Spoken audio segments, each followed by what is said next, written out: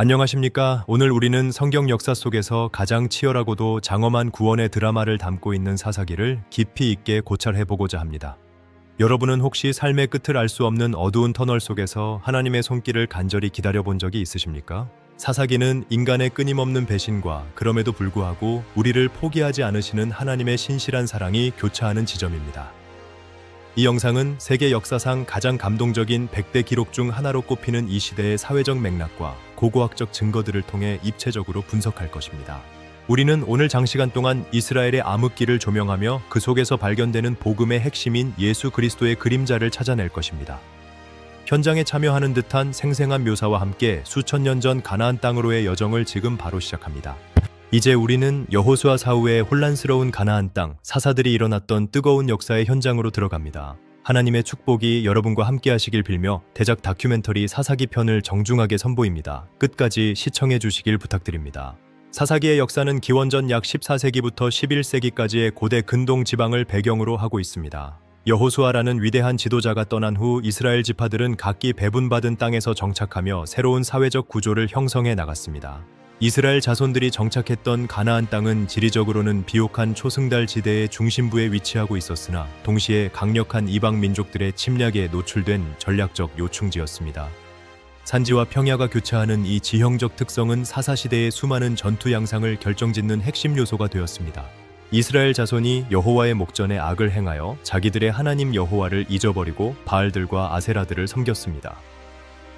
이 배교의 행위는 단순한 종교적 변절을 넘어 그들을 구원하신 하나님과의 언약을 파기하는 영적 간음이었으며 이는 사사기 내내 반복되는 고통의 악순환을 불러오는 근본적인 원인이 되었습니다. 어두운 제단 앞에서 절하는 이들의 모습은 무너진 신앙의 실상을 보여줍니다. 이스라엘 자손이 여호와의 목전에 악을 행하여 자기들의 하나님 여호와를 잊어버리고 바알들과 아세라들을 섬긴 결과 여호와께서 이스라엘에게 진노하사 그들을 메소보다미아 왕 구산 리사다임의 손에 파셨습니다. 이 강력한 제국의 왕은 8년 동안 이스라엘을 혹독하게 압제하며 그들의 영적 배교에 대한 하나님의 도구가 되었습니다.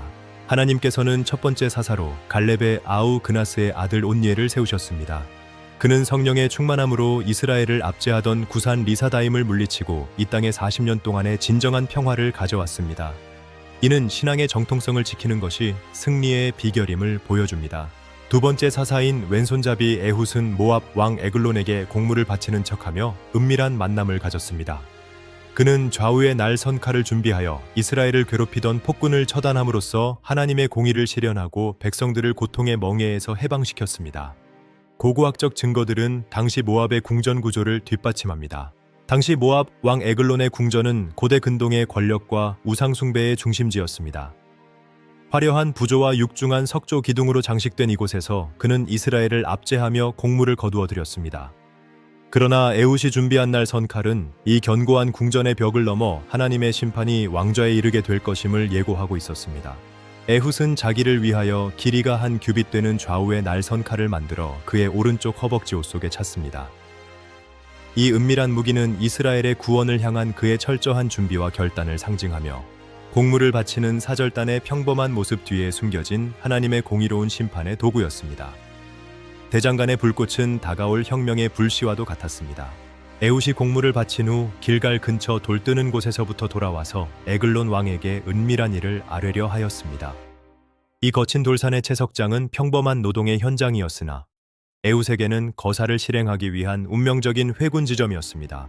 깎여나간 거대한 돌벽들은 이스라엘의 굳게 닫힌 해방의 문이 곧 열릴 것임을 암시하는 듯했습니다. 에글론을 처단한 에훗은 스의라로 도망하여 이스라엘 백성들을 소집하였습니다. 에브라임 산지에서 울려 퍼진 그의 나팔 소리는 압제에 신음하던 백성들에게 해방의 서막을 알리는 승리의 함성이었습니다. 험준한 산맥의 지형을 활용한 그의 전략은 이스라엘이 모압의 추격을 뿌리치고 군사적 우위를 점하는 결정적 계기가 되었습니다. 에훗은 요단 나루턱을 점령하고 모압 사람들이 요단을 건너는 것을 차단하며 승기를 잡았습니다. 그의 나팔 소리에 응답하여 모인 이스라엘 백성들은 하나님의 도우심으로 모압 사람 약 10,000명을 죽였으며 그날에 모압이 이스라엘의 수에 굴복하게 되었습니다. 이 승리는 한 지도자의 용기와 그의 응답한 백성들의 일치된 믿음이 가져온 위대한 성과였습니다. 모압과의 전쟁이 끝난 후 요단 계곡은 승리의 흔적으로 가득 찼습니다. 버려진 병거와 무기들은 이스라엘을 괴롭히던 대적의 군사력이 하나님의 권능 앞에 얼마나 무기력하게 무너졌는지를 보여주는 침묵의 증언이었습니다. 에훗의 지도력 아래 이스라엘은 80년 동안 유례없는 평화를 누렸으며 이는 사사기 역사상 가장 긴 평안의 기간으로 기록되었습니다. 에훗의 뒤를 이은 사사 삼갈은 소모는 막대기 하나로 블레셋 사람 600명을 죽여 이스라엘을 구원하였습니다. 그는 평범한 농구였으나 하나님의 능력이 임할 때 그 어떤 강력한 무기보다 위대한 도구가 될 수 있음을 보여주었으며 이는 사사시대의 독특한 영웅적 서사의 한 단면을 보여주는 중요한 사건입니다. 여선지자 드보라는 에브라임 산지 라마와 베델 사이 드보라의 종려나무 아래에서 이스라엘 자손들을 재판하며 하나님의 지혜를 전하였습니다. 그녀는 군대 장관 바락을 소집하여 가나안 왕 야빈의 철병거 900대에 맞서 싸울 것을 명령하며 이스라엘의 영적 각성을 촉구하였습니다. 여선지자 드보라는 사람을 보내어 아비노함의 아들 바락을 게데스 납달리에서 불러다가 하나님의 명령을 전달하였습니다. 갈릴리의 험준한 산길을 달려간 이 전령은 이스라엘의 회복을 위한 거룩한 소집령을 품고 있었으며 이는 잠자던 지파들을 깨우고 가나안의 압제에 맞서 싸울 연합군을 형성하는 결정적인 전보가 되었습니다. 가나안 북부의 최대 도시 하솔은 당시 야빈 왕의 통치 아래 강력한 군사적 요충지였습니다. 거대한 성벽과 철저한 방어 체계를 갖춘 이 성급은 이스라엘에게 넘기 힘든 거대한 산과 같았으며 시스라의 철병거 900대가 이곳을 중심으로 출정하여 이스라엘을 20년 동안 심히 압제하였습니다. 고대 전장에서 철병거는 오늘날의 탱크와 같은 압도적인 살상 무기였습니다. 시스라가 이끄는 900대의 철병거 대군은 평지에서 이스라엘의 보병들을 압도하며 공포를 심어주었습니다.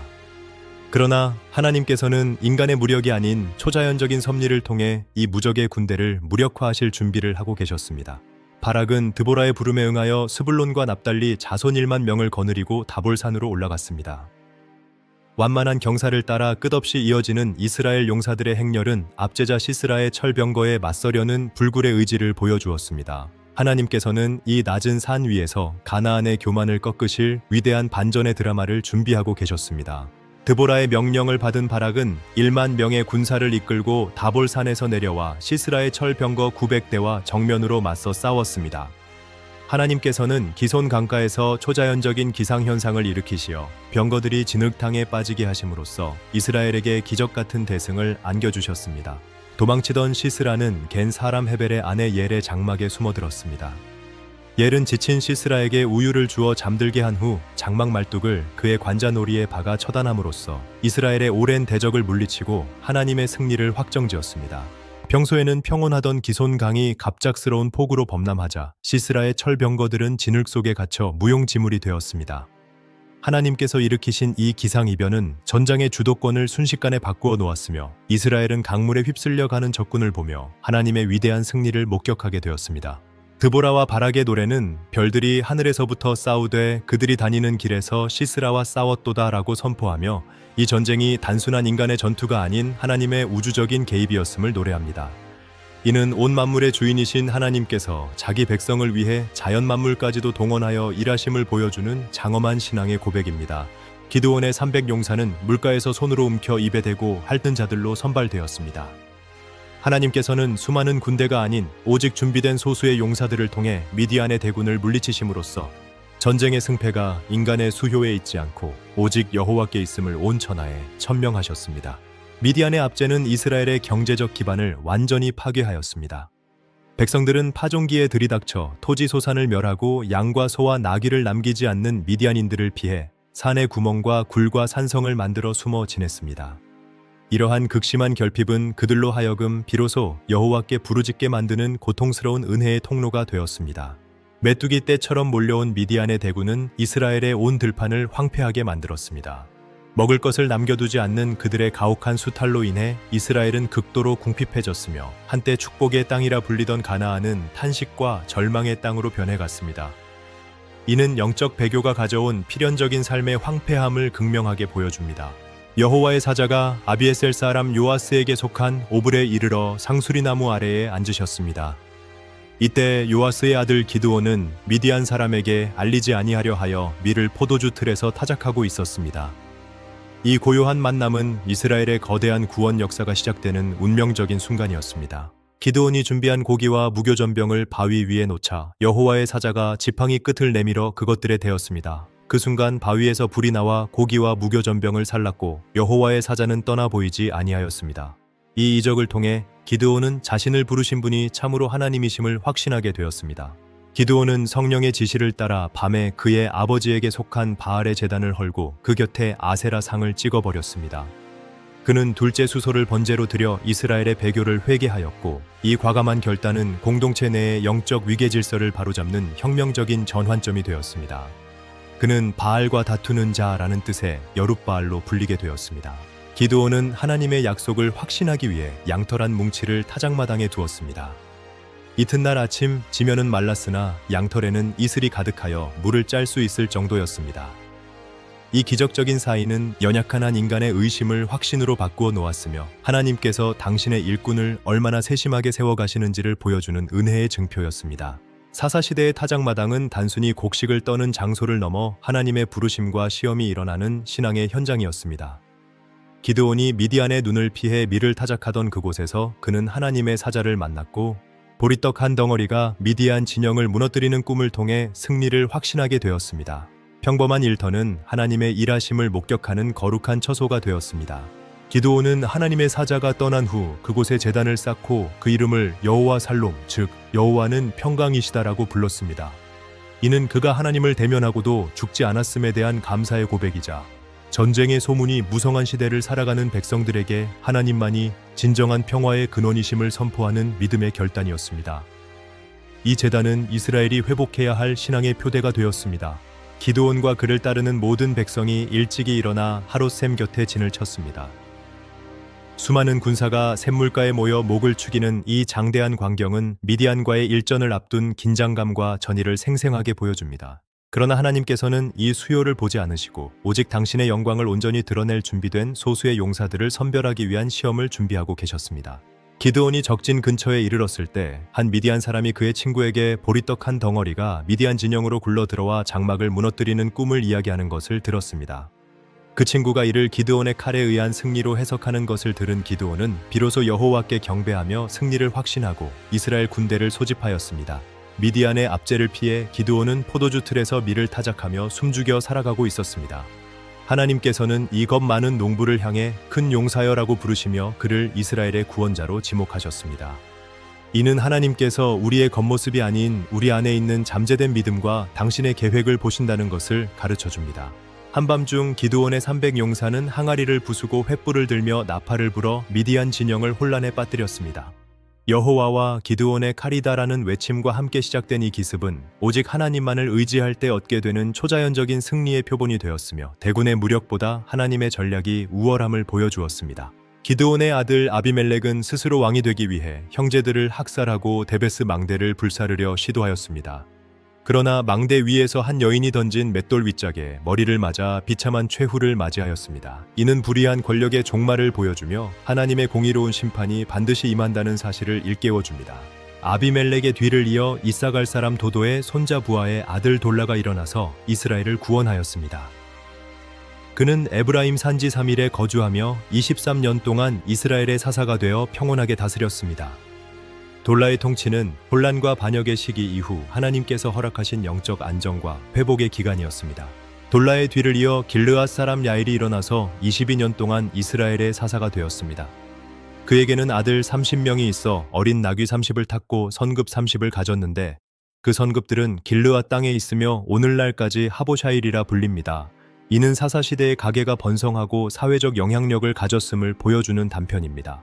길르앗의 아들들이 자람의 입다를 쫓아내며 그에게 이르되 너는 다른 여인의 자식이니 우리 아버지의 집에서 기업을 잊지 못하리라 하였습니다.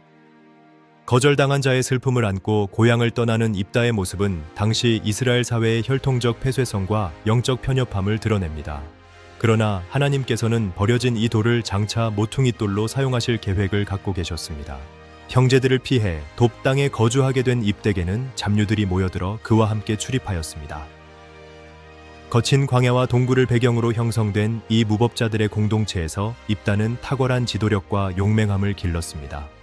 이 고난의 광야 시절은 장차 그가 위기에 처한 이스라엘을 구원하기 위해 부름받을 때를 위한 혹독하지만 필수적인 훈련의 과정이었습니다. 암몬 자손이 이스라엘을 치려 할 때 길르앗 장로들이 돕당에 가서 입다를 데려오려 하였습니다. 그들은 과거의 잘못을 뉘우치며 입다에게 자신들의 장관이 되어달라고 강옥히 청하였습니다. 장엄한 석조 회의장에서 이루어진 이 역사적인 만남은 비록 버려졌던 자일지라도 하나님의 때에 공동체의 구원자로 세워짐을 보여주는 감동적인 장면입니다. 암몬 자손을 물리치고 돌아온 사사 입다를 가장 먼저 맞이한 것은 그의 무남동녀였습니다. 소고를 잡고 춤추며 환영하는 딸을 본 입다는 자신의 서원 때문에 옷을 찢으며 통곡하였습니다. 이 비극적인 장면은 하나님 앞에서 경솔한 서원이 가져오는 참담한 결과와 당시 사회의 영적 무지를 동시에 드러냅니다. 엘론의 뒤를 이어 베들레헴 사람 입산이 이스라엘의 사사가 되었습니다. 그는 아들 30명과 딸 30명을 두어 가문을 번성하게 하였으며 자녀들을 모두 타국으로 장가보내고 시집보내는 등 정략적인 혼인을 통해 주변국 및 타 지파와의 평화로운 관계를 유지하려 노력하였습니다. 그의 7년 통치는 사사시대의 비교적 안정된 사회적 단면을 보여줍니다. 야일의 뒤를 이어 스불론 사람 엘론이 이스라엘의 사사가 되어 10년 동안 이스라엘을 다스렸습니다. 그는 성경 기록상 짧게 언급되지만 스불론 땅 아얄론의 장사됨으로써 그 지파의 번성과 안정을 상징하는 인물이 되었습니다. 하나님께서는 이름 없는 사사들을 통해서도 이스라엘의 역사를 끊임없이 이어가셨습니다. 에브라임 지파 비라돈 사람 힐렐의 아들 압도는 8년 동안 이스라엘의 사사로 지냈습니다. 그에게는 아들 40명과 손자 30명이 있어 어린 나귀 70마리를 탔는데 이는 그가 가졌던 커다란 부와 사회적 권위 그리고 자손의 번성을 상징합니다. 그는 사사시대 말기 왕정시대로 넘어가기 전에 과도기적 지도자의 전형을 보여줍니다. 하나님의 사자는 소라땅단 지파의 가족 중 마노아의 아내에게 나타나 삼손의 출생을 예고하였습니다. 이 거룩한 방문은 이스라엘의 새로운 소망이 시작됨을 알리는 신호탄이었으며 경건한 부부를 통해 준비된 나실인이 장차 블레셋의 압제로부터 이스라엘을 구원하기 시작할 것을 약속하셨습니다. 마노아의 아내는 남편에게 달려가 자신이 만난 하나님의 사람에 대해 이야기하였습니다. 그의 모습이 하나님의 사자의 용모 같아서 심히 두려움으로라고 고백하는 그녀의 목소리에는 경외감과 설렘이 가득했습니다. 어두운 방 안, 등불 하나에 의지해 속삭이는 이 부부의 대화는 이스라엘의 어두운 시대를 밝힐 새로운 생명의 빛이 준비되고 있음을 보여줍니다. 나실인으로 구별된 삼손은 딥나의 포도원에 이르렀을 때 울부짖으며 달려드는 어린 사자를 맨손으로 찢어 죽였습니다. 이는 하나님의 신이 그에게 강력하게 임하심을 보여주는 첫 번째 이적이었으며 그에게 주어진 초자연적인 힘이 오직 이스라엘의 구원을 위해 예비된 것임을 증명하였습니다. 얼마 후 삼손이 그 여자를 맞이하려고 다시 가다가 돌이켜 그 사자의 주검을 본즉 사자의 몸에 벌떼와 꿀이 있었습니다. 삼손은 손으로 그 꿀을 떠서 걸어가며 먹었고 이는 훗날 그가 잔치에서 내게 될 유명한 수수께끼의 실마리가 되었습니다. 부정한 사체에서 나온 단꿀은 사사기 특유의 역설적인 은혜를 상징합니다. 딥나의 블레셋 여인과 혼인잔치를 벌이던 삼손은 하객들에게 수수께끼를 내어내기를 제안하였습니다. 먹는 자에게서 먹는 것이 나오고 강한 자에게서 단 것이 나왔느니라 는 이 수수께끼는 그가 죽인 사자의 몸에서 발견한 꿀에서 유래한 것이었으며 블레셋과의 갈등이 본격화되는 계기가 되었습니다. 아내를 빼앗긴 삼손은 여우 300마리를 붙잡아 그 꼬리에 할틀 메고 블레셋 사람들의 곡식 밭으로 몰아넣어 불을 질렀습니다. 이 상상치 못한 전술은 블레셋의 경제적 기반인 곡식과 감람나무를 초토화시켰으며 한 사람의 나실인을 통해 블레셋 전체를 뒤흔드시는 하나님의 심판의 방식을 보여주었습니다. 나귀 턱뼈 하나로 블레셋 군대 1000명을 물리친 삼손은 극심한 갈증으로 인해 죽을 위기에 처하자 하나님께 간절히 부르짖었습니다. 하나님께서는 레이의 한 오목한 곳을 터쳐 물이 솟아나게 하셨고 그 물을 마신 삼손은 정신이 회복되어 소생하였습니다. 그 샘의 이름인 에낙고레, 즉 부르짖는 자의 샘은 하나님의 응답하시는 은혜를 영원히 기념하게 합니다. 블레셋 여인 들릴라의 끈질긴 유혹에 넘어진 삼손은 결국 자신의 힘의 근원인 나실인의 서약을 누설하고 말았습니다. 그가 잠든 사이 머리카락이 잘려나가는 순간 그는 하나님의 영이 떠나심과 동시에 평범한 인간으로 전락하였으며 이는 성결을 잃어버린 지도자가 겪게 되는 비극적인 몰락을 상징적으로 보여줍니다. 나실인 삼손은 그의 생의 마지막 순간에 여호와께 부르짖으며 다곤 신전의 두 기둥을 힘껏 밀어냈습니다. 그의 죽음은 이스라엘을 괴롭히던 블레셋의 우상 숭배 문화를 심판하는 하나님의 강력한 진노의 도구가 되었으며 이는 자기 백성을 끝까지 책임지시는 하나님의 신실하심을 증거합니다. 블레셋에 주신 다곤을 섬기던 가자의 거대한 신전은 당시 우상 숭배의 극치를 보여주는 화려하고도 위압적인 건축물이었습니다. 수천 명의 블레셋 사람들이 모여 승리를 자축하던 이 견고한 전당은 그러나 하나님의 사사 삼손의 마지막 부르짖음과 그가 무너뜨린 두 기둥 앞에 순식간에 파괴와 심판의 장소가 되었습니다. 에브라임 산지 사람 미가는 어머니에게서 은 1,100을 훔쳤으나 이를 돌려주었고 그의 어머니는 그 은 중 200을 취하여 장색에게 주어 한 신상을 부어 만들었습니다. 이 사건은 사사기 말기 이스라엘 가정 내에 우상 숭배가 얼마나 깊숙이 침투했는지를 보여주는 단편이며 각기 자기 소견에 옳은 대로 행하던 영적 혼란의 시대상을 증명합니다. 단지파는 거주할 기업의 땅을 구하던 중 평온하고 안전하게 사는 라이스 백성들을 발견하였습니다. 그들은 라이스를 쳐서 불사르고 그곳에 자신들의 조상의 이름을 따서 다니라 이름하였습니다. 그러나 이 과정에서 그들은 미가의 신상과 제사장을 탈취하여 우상 숭배의 길로 들어서는 영적 타락의 시초를 보였습니다. 사사기 말기의 기브아 사건은 이스라엘의 도덕적 타락이 극에 달했음을 보여주는 충격적인 기록입니다. 레위인의 첩이 겪은 비극은 당시 왕이 없으므로 각기 자기 소견에 옳은 대로 행하던 무법지대와 같은 사회상을 고발하며 영적 질서가 무너진 공동체가 얼마나 잔혹해질 수 있는지를 엄중하게 경고하고 있습니다. 기브아의 악행 소식을 들은 온 이스라엘 자손은 단에서부터 부엘세바까지 그리고 길르앗 땅에서부터 일제히 나와 미스바에서 여호와 앞에 모였습니다. 40만 명의 칼을 빼는 보병들이 모인 이 거대한 집회는 범죄한 형제 지파에 대한 공의를 바로 세우기 위한 결단이었으며 온 공동체가 한마음으로 하나님의 뜻을 묻는 엄숙한 자리였습니다. 이스라엘 연합군과 베냐민 지파 사이의 내전은 기브아에서 피할 수 없는 정면 충돌로 이어졌습니다.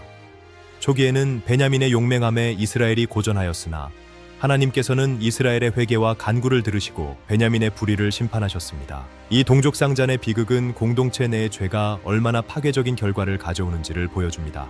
전쟁에서 패배한 베냐민 사람 600명은 광야로 도망하여 림몬 바위에 이르러 거기서 석 달 동안 숨어 지냈습니다. 한 지파가 완전히 멸절될 위기에 처한 이 비극은 내전의 참혹함과 함께 하나님의 공의가 얼마나 엄중한지를 보여주었습니다. 이는 이스라엘 전체 공동체에게 거룩함을 회복해야 한다는 뼈저린 교훈을 남겼습니다. 실로에서 열린 여호와의 명절에 실로의 딸들이 춤을 추러 나왔을 때 베냐민 자손들은 그들을 붙들어 자신들의 아내로 삼았습니다. 이는 무너진 지파를 재건하기 위한 고육지책이었으나 동시에 당시 이스라엘 사회가 얼마나 비정상적인 방식으로 갈등을 해결하고 있었는지를 보여주는 씁쓸한 기록이기도 합니다. 베냐민 지파의 멸절 위기 앞에서 이스라엘 자손들은 베델에 모여 울며 하나님께 간구하였습니다. 이들은 무너진 형제 공동체를 재건하기 위해 고민하며 눈물을 흘렸고 비극적인 전쟁의 상처를 치유하기 위한 고통스러운 회복의 과정을 겪었습니다. 사사기 끄트머리의 이 애통함은 온전한 통치자가 부재한 시대의 한계와 참된 구원을 향한 갈망을 함축하고 있습니다. 실로의 성막 내부에 안치된 언약궤는 이스라엘의 가장 거룩한 성물이자 하나님의 임재 그 자체였습니다. 금으로 정교하게 덮인 궤와 그 위를 지키는 그룹들의 형상은 비록 백성들이 방황하고 범죄할지라도 하나님께서는 여전히 그들 가운데 계시며 통치하고 계심을 상기시켜 주었습니다. 이곳은 이스라엘이 영적으로 회복되어야 할 궁극적인 목적지였습니다. 실로의 성막에 안치되었던 언약궤는 이스라엘 지파들의 영적 중심지였습니다.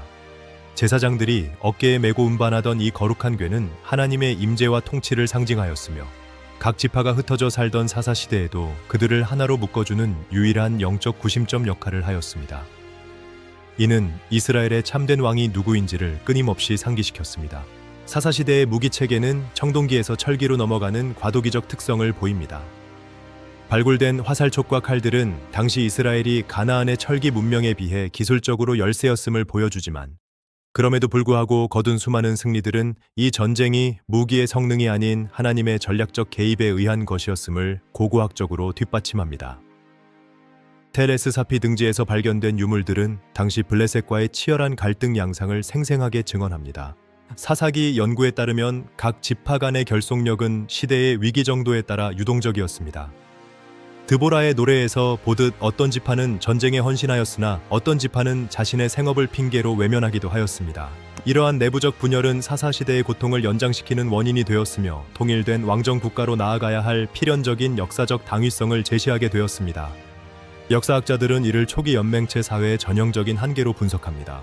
사사기는 단순히 고대 이스라엘의 혼란상을 기록한 책이 아니라 하나님을 왕으로 모시지 않는 공동체가 겪게 되는 필연적인 몰락과 그 가운데서도 끊임없이 일하시는 하나님의 신실하심을 증거하는 거대한 신학적 유산입니다.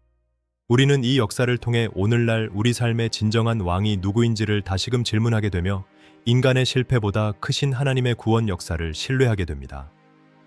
이 웅장한 기록은 오늘 우리에게도 유효한 영적 지침서입니다. 우리는 오늘 사사기의 파란만장한 역사를 통하여 우리의 연약함과 하나님의 강함을 동시에 목격하였습니다.